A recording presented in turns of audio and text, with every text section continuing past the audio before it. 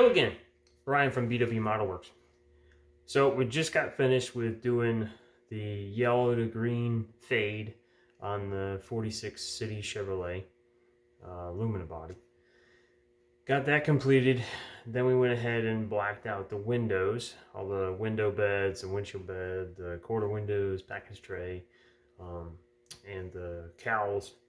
Got all that finished, and then went ahead and the last video I did was putting the clear coat over the entire thing, getting it all clear. So that was about 24 hours ago, and now the lacquer is the MCW gloss clear lacquer is now dry.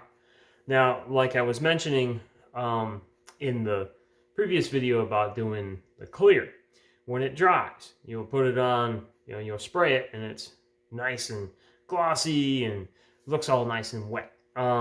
Then it starts to do an orange peel, like I mentioned. So sat it overnight, let it dry with room temperature in my dryer, which doesn't really matter if you do it with a dryer or not. You can leave it out, or maybe just take a clear box. I've done that in the past, like a clear storage container, just so you can see what's in there. It doesn't have to be clear, but just to kind of keep the dust off it while it's drying. Once it gets past about an hour dry time in room temperature, now room temperature I'm talking about, I'm at like 67 degrees in my studio area here, so it's low humidity and decent temperature. So not cold. Like if it's, let's say it's in your basement. I have low moisture, low humidity in here because it's climate controlled. I'm in North Carolina. Our weather changes by the hour. You can get up in the morning and it's wintertime, and in the afternoon it's summertime. The way our weather works, especially in the winter. So my humidity is very low in here. If you have higher humidity, there's probably a good chance you might get some clouding that happens in the clear. It may take longer to dry just because of the humidity that's in the air. So I always try to keep the humidity down in whether it's my vinyl graphics business or doing this in here with my studio stuff. I always try to keep the humidity down as much as possible. So that being said, everything dried at room temperature, which was roughly about 64 to 67 degrees last night inside the studio. So it's completely dry now, and I mentioned how it orange peels. So you can see here that it's nice and shiny, but I'm not sure if you can see that with the, it's got good reflection, but you can kind of see on the hood there, it's got some orange peel to it. And I mean, it looks good. It's definitely made that color pop. But we definitely have some orange peel. I like to have that nice shine to it. So what we're going to do now is we're going to go ahead and wet sand this with probably, I usually do 6,000, 8,000, and then a 10,000 on top of that. And I'm going to show you kind of how I do that. Everybody's technique's different. I'm not saying mine's perfect. I'm not saying mine's correct. Everybody's might be a little bit different. Some people may find that they'll sit there and they sand on it really good and get all the fine scratches out, and it's perfectly like glass. I'm aiming for that, but a lot of times with the scale level, you're trying to think like, all right, if this car was full size, when I'm wet sanding and I get done buffing, I shouldn't see barely any swirl marks, any scratches, especially black. Black shows everything. But we're trying to get it down as much as possible. Now if you're using like 2,000 grit or 3,000 grit sandpaper, and I've done this in the past, and I'm like, why can't I get rid of these scratches? Well, I have to remember I'm working on something that's 24th scale from what is full size. So full size, if you did that, normally we could wet sand a full size car with 1,500 grit, 1,000 grit, 2,000 at the most, back in the day, because really didn't have access to 10,000 grit sandpaper. least to my knowledge, back in, let's say, 90s, late 80s, 90s. So now we're going to go ahead and scale that down, and we'll use, let's say we're trying to use 2000 grit on a 24 scale body. Well, those fine scratches that you've made that were on, say, a full-size car that you can go through with a wool pad and hard cutting compound and buff all those out, and then go back with a polish over top of it and clear it all, get it all buffed out so it's nice like a mirror shine. Well, you won't be able to do that with, say, a 24 scale body. 24 scale, those scratches, which would be minute in a over large, huge car, wouldn't show up as much. But then when we shrink it, and we shrink it down to, this itty bitty thing, once we get it down to here, it's like, ooh, it's a little car. Well, it's a little car. Now what we've done is those scratches are gigantic. It's like we took a screwdriver and started scratching on top of our car, if it was a full-size car. So, and obviously you wouldn't be able to buff that out. So that's kind of what that is going back to. We're almost trying to polish like a piece of glass, because you're trying to use a sandpaper that has really microscopic little grains in it to try to sand out the imperfections that are in the paint. So when we try to smooth that, we're trying to scale all that down. So we're trying to get down to, 6,000, 8,000, 10,000 grit. So that being said, you're like, well, where do you get that? You can't get that at, you really can't get that at Lowe's. You can't get it at Home Depot, Ace Hardware, or our other local hardware stores. And you can go to a body shop, a local body shop supplier. Now, I have one here in town, and I've been there. And I would probably have to special order something that's over 5,000 grit. I've gone and they've had little pads that are 5,000 grit. And I've asked them, do you have 10,000? And they're like, what are you talking about? We'll have to special order that. Well, yeah, because it's not really something that you'll normally see on, say, a full-size car. Now, if you're going for if you've got $1 million show car that you are building, and I got people that I know that build, 7-figure restorations, and I'm sure that they'll probably use a 10,000 grit to get that absolute shine going for that, Riddler Award kind of thing. If you're doing that, then yeah, you'll probably have access to it, but it's definitely going to be a special order. So what I've found is you can actually find 10,000 grit when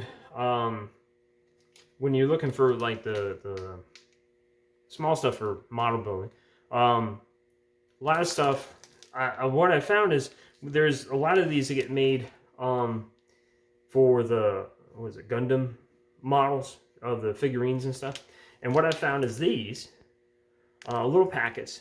You can actually find these on eBay. And I found them on eBay, and they come in these little strips. And these strips are, they say they're 3 millimeter. I think that's referring to the thickness. And you get, let's see, you can get 2,000 grit, 6,000 grit, or 2,000, 4,000, 6,000, 8,000, and 10,000. They all come in this packet. And there's a couple of each, and they're about that thick. And they're all kind of different color coordinated ones. And there's 10,000 in here. So these are really good packets. They're not overly expensive, and you can get them from eBay. They might have them on Amazon. I've been kind of an eBay purchaser as of the last few years. So it's gotten where you can find a lot of this stuff on eBay. So we're going to use this, and then we're going to use 6,000 to 6,000, 8,000, and 10,000 grit out of that. And what we'll do is we're going to use water as our lubricant, but in addition to the water, we're going to drop in a couple of drops of dish soap. And the purpose of the dish soap is so that way it actually acts as a lubricant and catches the little minute particles as you sand. So then it gets actually into the soap and doesn't clog up the sandpaper as much. So that's kind of the idea of having the dish soap in there. Now it's not going to be a lot, it's just a couple of small drops. So that way it acts as that lubricant that's in it. So that's one thing we're going to do. So we're going to review that again. Is we're going to do 6,000, 8,000, 10,000 in water with a couple of drops of dish soap. So that's going to be the step one.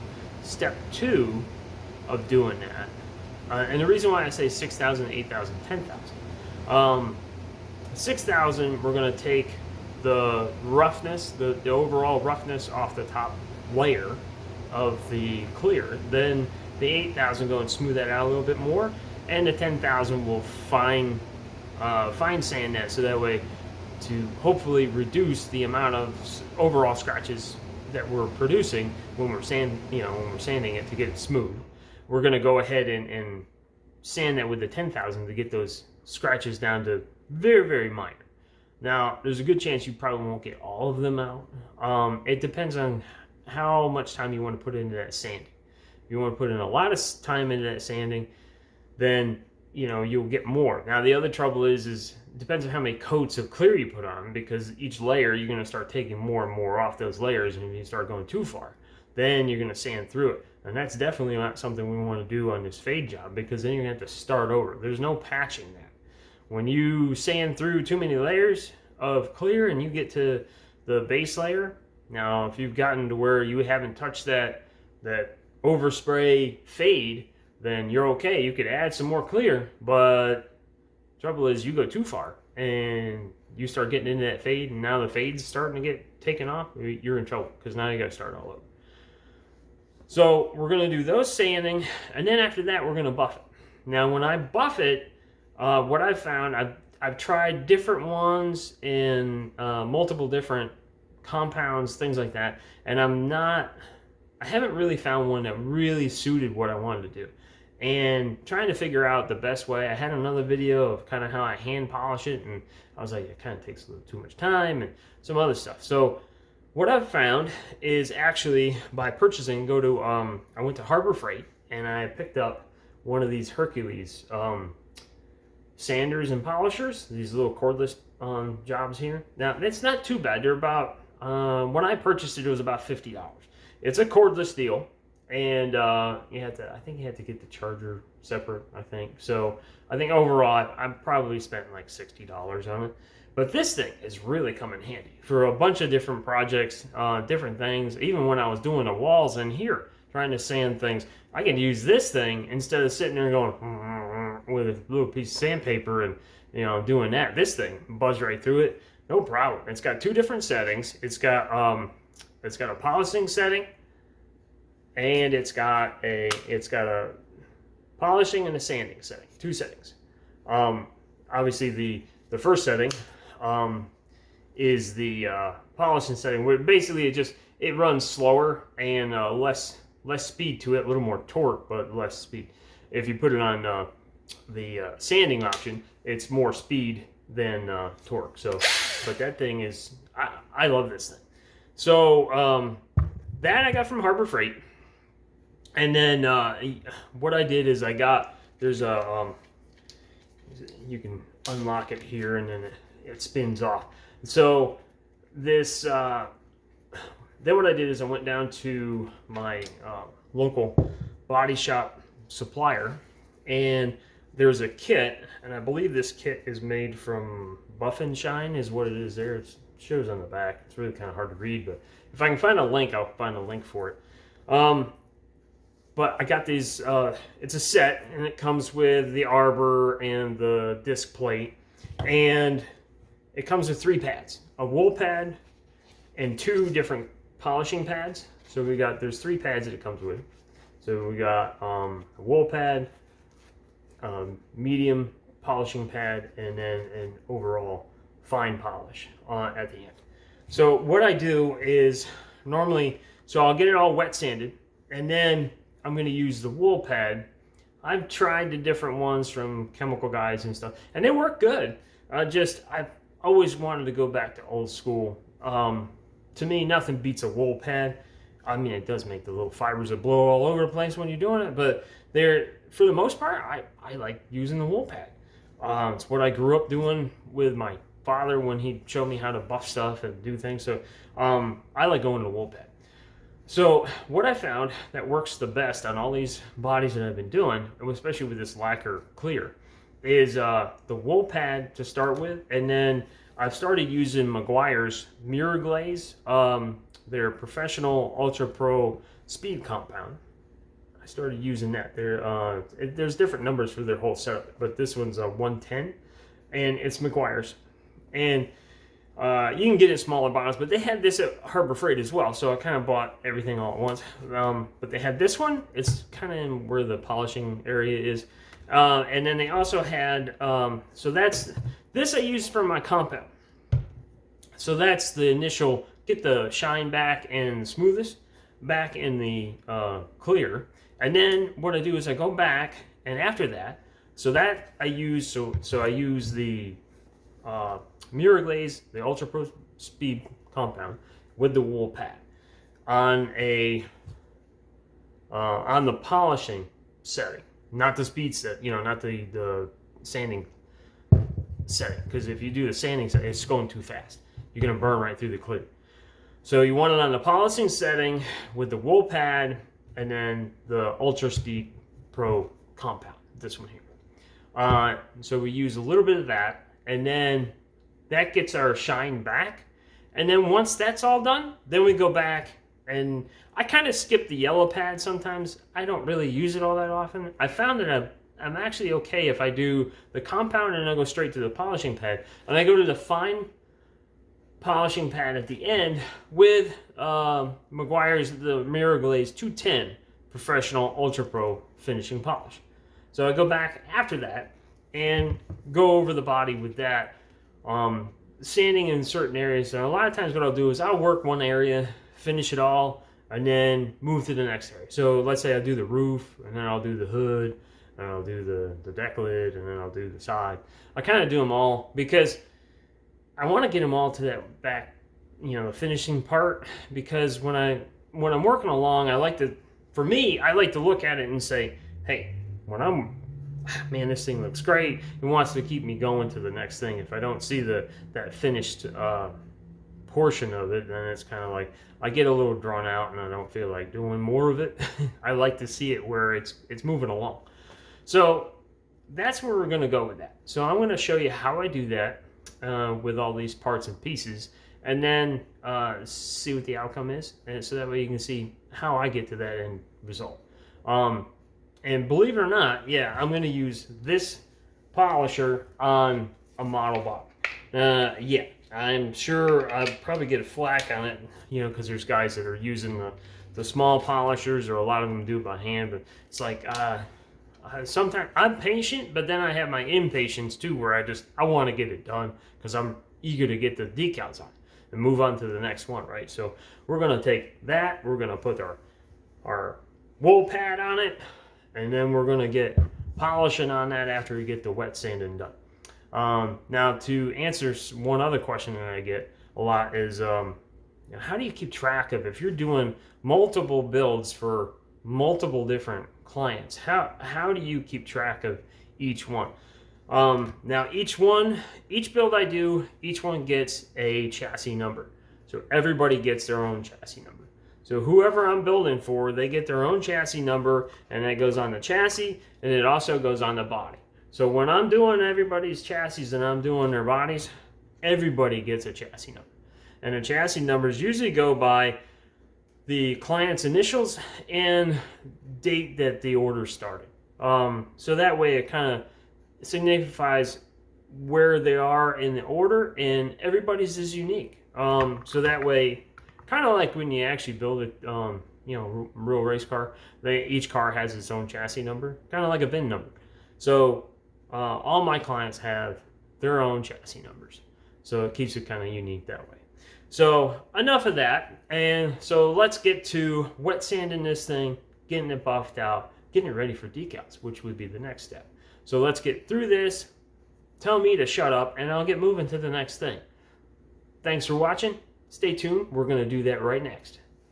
Okay, so we're ready to go ahead and get started with doing the wet sanding and the buffing on that City Chevrolet 46 Lumina body.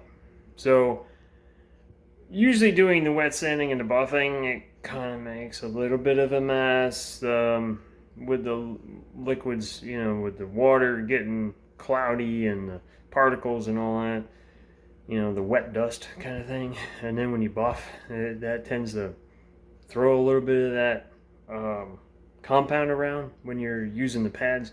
So I like to use the old handy dandy like woodworker's apron. It keeps all the crud from getting all over your clothes. So I kind of go ahead and do that. So my stylish apron, I'm not going to cook anything, just do some buffing.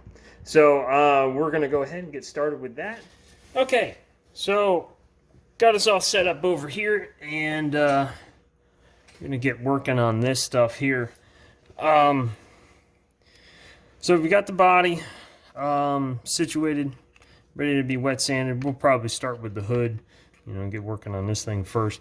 Now, what I usually do, because everything's obviously going to get wet because we have our water, and then we have our, let's see, we got our water, then we got our dish soap. Now, the dish soap, you can do it however you want.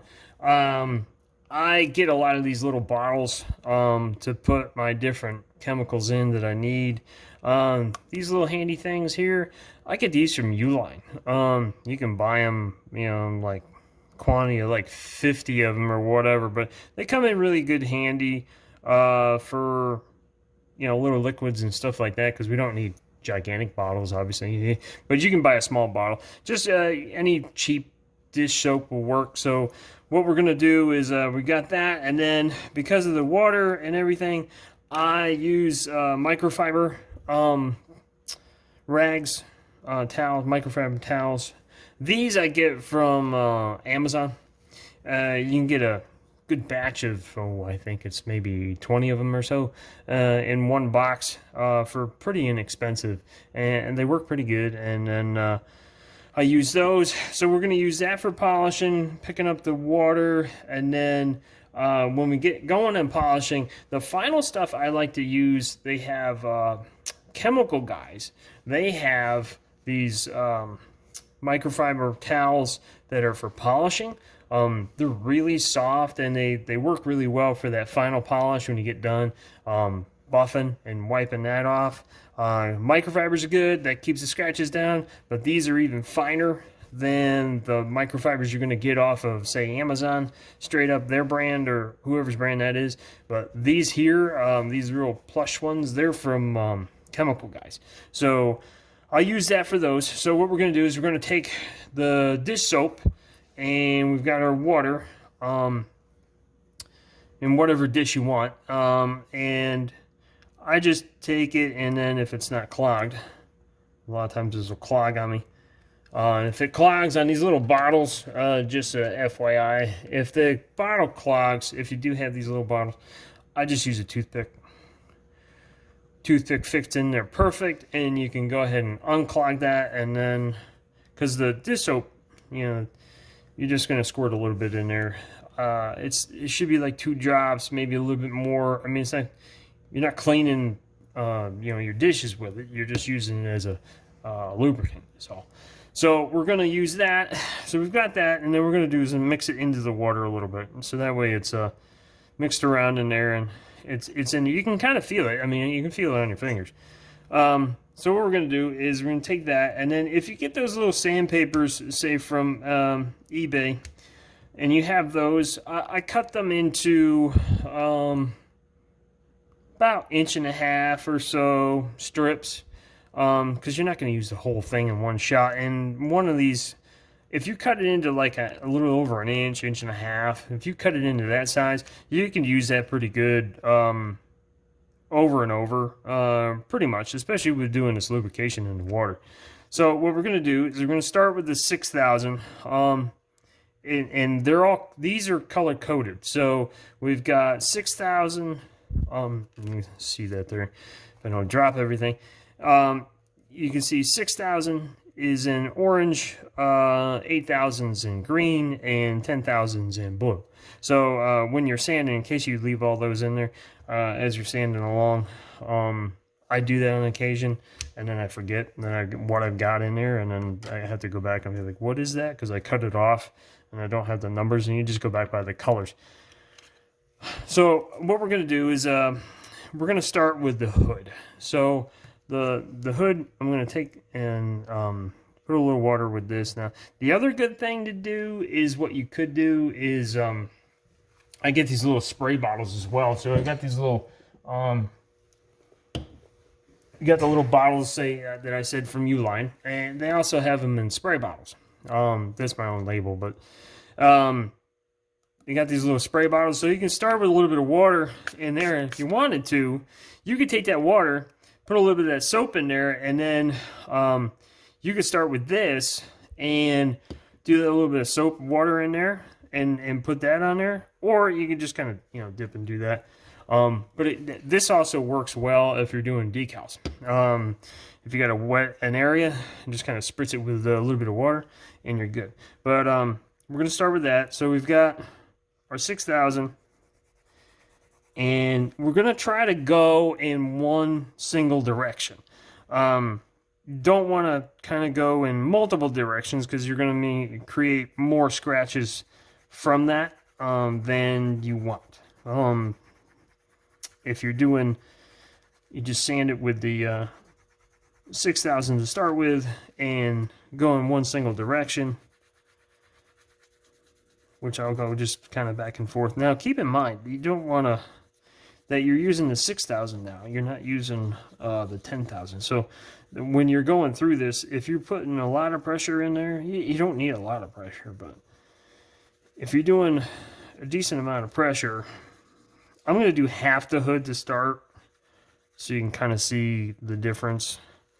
And that's why I do the microfiber, because you could just go ahead and go back and wipe that. So I'm taking some of the shine out of it, and you can see where it's starting to take the roughness out of the top, and we're getting smoother.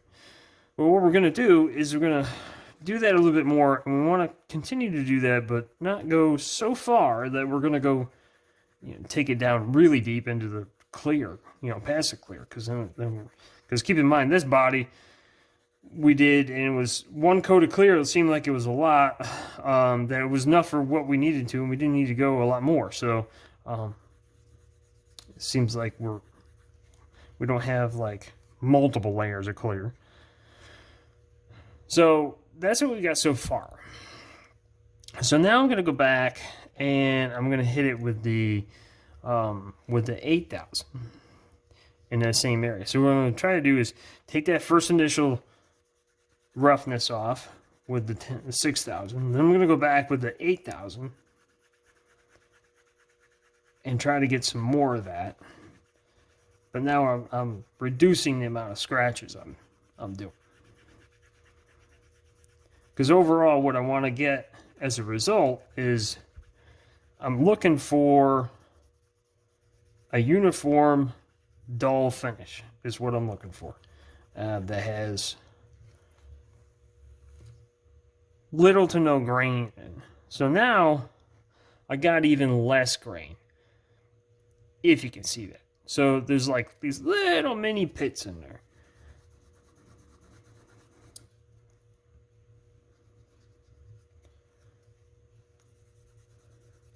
So we're going to sand some more in there, try to get more of that off.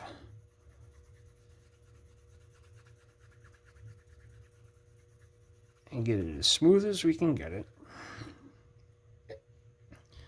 Alright, so now we're going to go back and see what we got.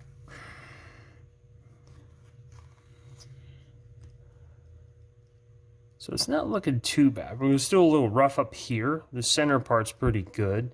Now we're going to go back and we'll hit it with some of the 10. And we're going to probably do this multiple times. But we got to do it in steps, because if we go too deep, then if we go too far and we go and put too much friction in there and we sand too much of one area. The other thing I gotta look out for, especially on hoods, or hoods and anybody that you're doing. Because if you look, you got a peak in the middle of the hood. So the rest is flat. So we're looking and we got a flat hood and then we got the peak in the center from the body line, right? Well, if I'm going across it and this is a higher peak than this, this is going to be flatter and then this part's going to stick up, right? So we're going to stick that up and then we're going to end up sanding through the layer of clear that's on our peak of the hood before we do here. So we want to make sure that we're stopping our sanding before, right at the edge of that, just before that peak, because if we go through that peak, then we're going to end up with like a whitish, grayish peak on the hood, and we're not looking for that either.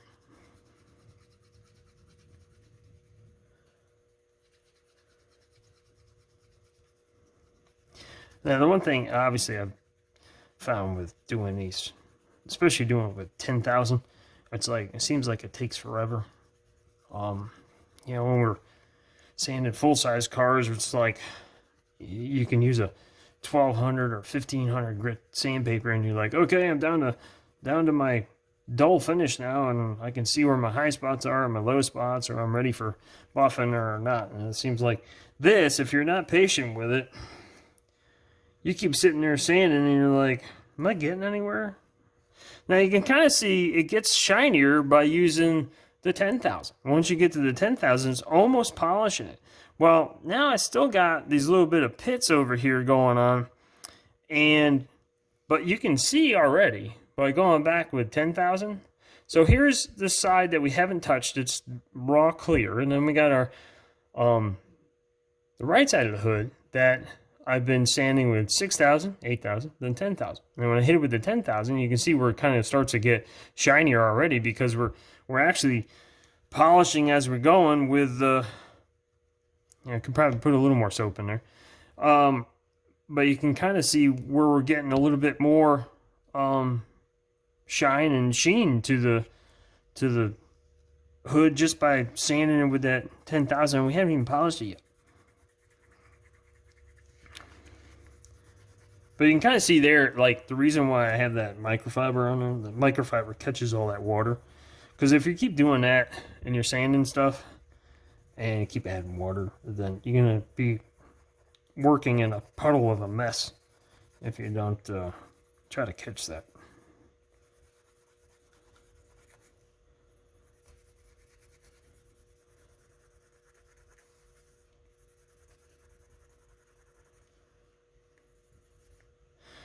And we also want to watch to make sure that we're not getting too deep through the clear, because you're going to take a little bit of clear off when you buff it. When you go back with that wool pad, you're going to end up taking a little bit of that clear off when you hit it with the buffer. Even if you hand buff it. You go through and do a hand buffing thing and do a little bit of polish. Now, you could probably do that. If you do the 10,000, you can probably go back and you do a polish with, say, let's see. If you use this Novus polish, which I've used this before, you can also use this. This is good for windows and stuff too, but that's the other thing that's good for those, that polisher. The Hercules polisher and the Meguiar's polish, you can use that on windows. So if you got windows in those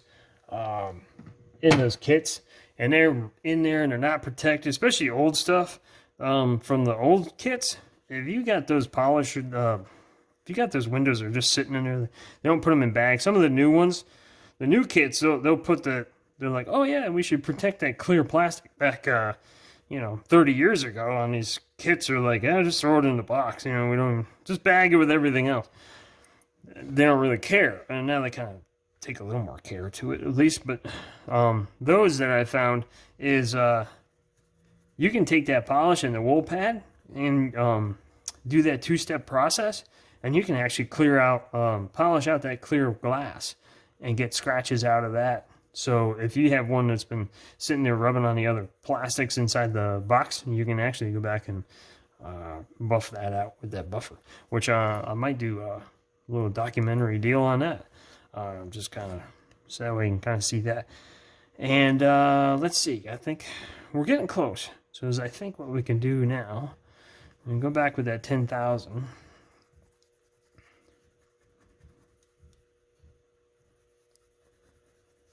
And go back with this 10,000 and go over this some more.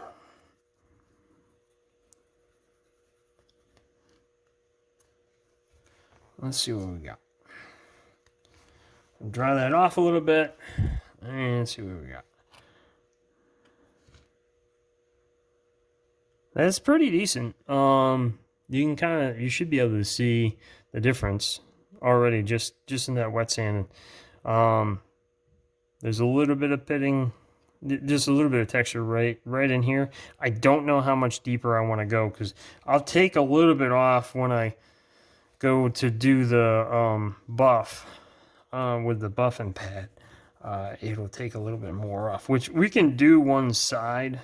I'm going to try to take the edge. That's what's good about these two is these edges that are on here. You could actually go inside these little crevices and kind of sand it just a little bit. You don't want to go too much. That you could just sand, and I don't think, personally, I don't think, you don't have to go in there and hit it with a 6, 8, and 10. And just go back in with a little bit of a 6. Take a little bit of that off, and should be good to go. So I'm going to hit this area here again with 8. Just a couple of spots. A little more pressure, not too much. Make sure we got fresh water on there and hit that with a little more 10.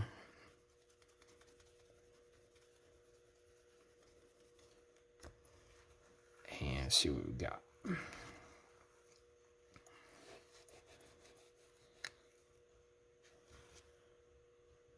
So there's still a little bit of water on there. Okay, so that's what we got. Pretty good. Pretty good sheen to it. Not too bad. So now what I'm going to do is I'm going to switch out this pad, this microfiber. I'm going to set my sanding pads to the side. I'm going to move this stuff a little bit. And we're going to switch this out. And we're going to put this other on there because it's dry. So I don't want to hit, so when I got the disc, I don't want to hit this with the pad because then it's going to spin it around and I'm going to cause a big mess. So what I've done is I've taken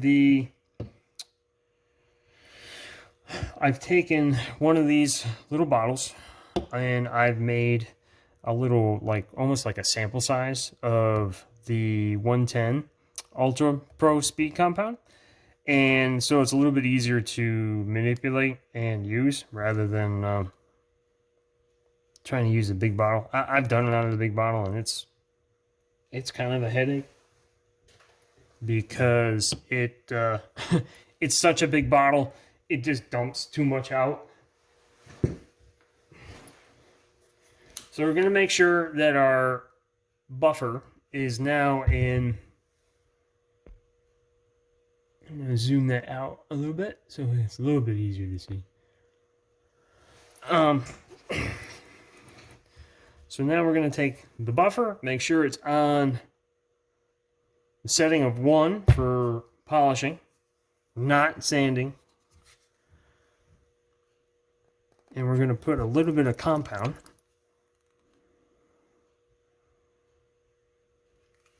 Usually do about 3 dots. I'm going to leave this upside down because a lot of times it sits there and it'll squirt back at you. Now, you can keep in mind this stuff will spin around and splatter everywhere if you put too much. So now the good thing with this that I've found that the trigger controls how fast it goes, right? So if we go and we do a slower one, if we just want that, I can control that, how much it buffs and how fast it buffs. I can control how fast it goes just by working the trigger. And because of its small size, it's relatively easy to handle.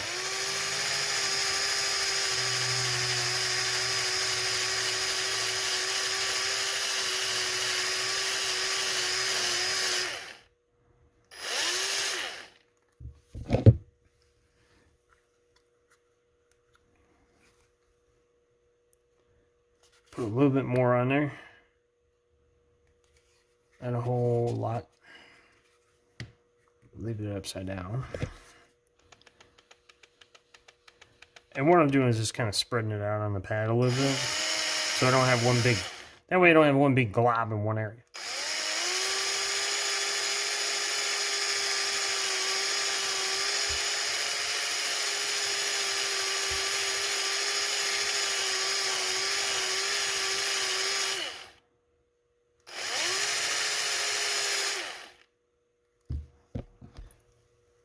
So this is what we've got so far. We've got pretty much pretty good smooth surface. You can see the difference in the shine. We've got texture still on this side from the side we haven't even sanded yet. And then we've got this side pretty smooth. I've got a little more texture back here that I can see. This isn't too bad right here. If this was black, I'd probably hit it a little bit more on that area. I'm going to do is I'm going to go back. I'm going to hit this just a little bit more with a little more 6,000 and then a little more 8 and a little more 10. Kind of see a little bit of that fibers that I was talking about. Kind of tosses it everywhere. Normally I probably wouldn't have it right in this workspace since it's doing that, but what I'm going to do is I'm going to go back, sand this part just a little bit more, because obviously I still have more clear left on this back side that's safe, that I can go ahead and sand some more.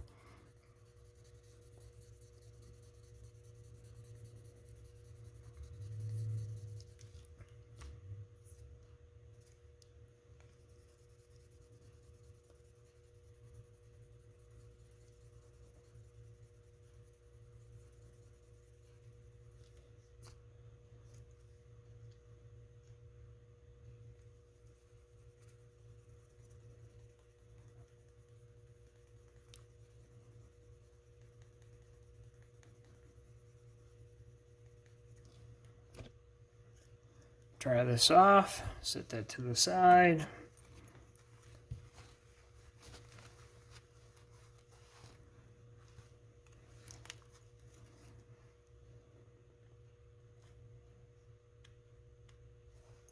Looks pretty decent. I'm going to put a little more compound on here. Maybe. That's why I say you want that little bottle, because big bottle is good to have enough compound, but then you got to be able to take it out. Now I've done it where actually take like a spoon and take it out that way, but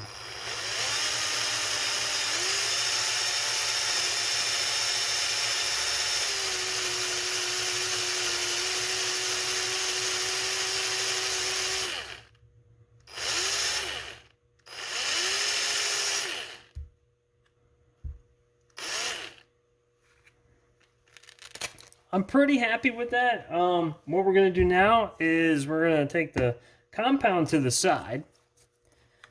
And now what we're going to do is we're going to take the 210, the 210 Ultra Pro Finishing Polish, and we're going to take that, and then we're going to take the finishing pad, and we're going to put that on the buffer.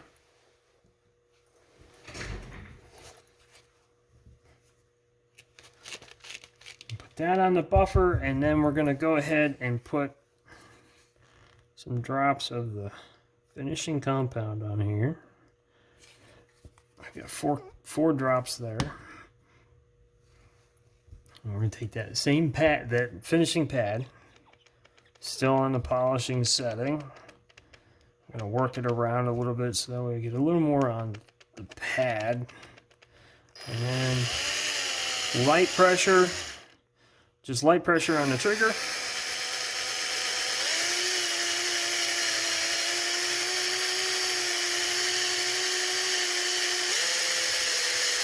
A little more speed.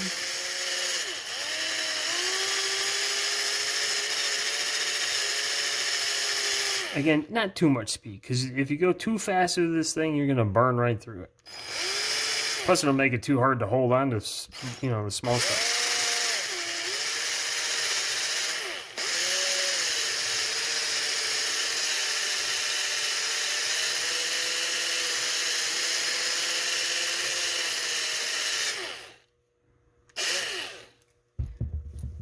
Now this is where I come back with that Chemical Guys microfiber, because it's really fine. And then just go back and polish and clean it off for that final result. But as you can see, when you go ahead and you sand it like that, you can get a nice shine back off of that. I mean, this side is what we sanded and polished. This side is what we got when we just finished the clear and threw it on there, and that's what we ended up with the orange peel. I have not worked with the 2K clears. I guess a lot of those are like a two-part. I will eventually, I believe, try those. But for the most part right now, I'm happy with this. I've figured out the process, and I'm okay with it. I would like to try the 2K stuff. I just, I kind of like something that's one setting. I don't have to mix, you know, figure out one part to this to two parts to that. I kind of want to just be able to pull the clear out of the bottle, put it in the airbrush, and go right to it. I really don't want to have to do a bunch of math when I'm doing it, but you know, guys have cleared stuff with 2K and been like wet finish. I don't even have to buff it, and that may be down in the future for me personally. But right now, I'm okay with doing the polish, and I know the settings and how I need to do it, so I get a nice result. So this is sanding it 6,000, 8,000, 10,000, and then polishing with the wool pad and the finishing pad, and that's the result that we get. So now we have to go back, finish the other side, finish buffing that out, and then get started with the rest of the body. So there's going to be a little bit of time involved in that, but I think this kind of gives you the overall of what I had to do to get to this point. But it should help you. Now, the other thing that I want to mention is when you're buffing these, say the hood for sure. Hood, if you're buffing the bumpers and where these corners are, if you do not, don't go on an angle. Because as this rotates around, and it's rotating around, if you get this caught on the side, it's going to either throw the body or it might rip the bumper off or something like that. But if you're going slow and not a lot of pressure, you don't have to. It's very cushy. You can just a little bit of pressure and it's good. Just be careful of your corners and stuff, because if you get too close to it, you'll spin that body and, you know, break a bumper off, and then the body's flowing everywhere, and don't want that, because then, you know, you got to start over again too. So we don't want to do that. So I'm going to finish this up, and I'll show you the end result when I'm done, and we'll catch you on the next one. Hopefully this helps you with that, and I'll get moving on the rest of the stuff. Oh, hey. So, I last left you, we were doing the hood buffing, and I only got half of it done. So I went back, and I finished up the other half. So the other half is now done, along with the rest of the body. And it's come out really nice. So, got it all nice and cleaned up, and it's all buffed, wet sanded, buffed. I got a good shine on everything. And I'm going to post some pictures of it as well.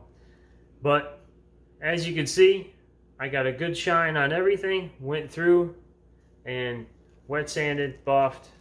Did my 6,000, my 8,000, my 10,000 over the entire body. And went back with the wool pad and the polishing pad and finished it up. And now, and just finished up wiping it all off with my microfiber from Chemical Guys. and we've got it finished. So now, like I said, as you can see, it's all buffed out, nice and clean, nice and polished up, and it all worked out. So you can see that that process really does work if you're doing the 6,000, the 8,000, and the 10,000. So that's the finished product. Now I'm going to get ready for doing the decals. And decal part, that'll be another separate video that I do on doing the decals on this car, which I've done one in the past, but I want to do an updated one. So we're going to do an updated one with this client's build, and now he can see that this one is coming along nicely, and it's got a good finish on it. So you've seen all those steps. You can see how long it does take. We got probably about 2 hours in the wet sand and buff of getting the clear nice and shiny, and you know, I get a good reflection. I mean, I can see the light bulbs in there, and I can see details of, you know, even when I take it in my house, I can see the light bulbs, individual light bulbs right in the shine. So it's a good shine. Got this finished up, get ready for decals, and thanks for watching. And if you like this video and the information I was able to give you, do a like and subscribe, like all the other YouTube videos that are out there. Like and subscribe, and I'm going to put out more stuff, so that way, hopefully, whatever I do and it works for me, maybe it will work for you. So we'll see you in the next one. Thanks.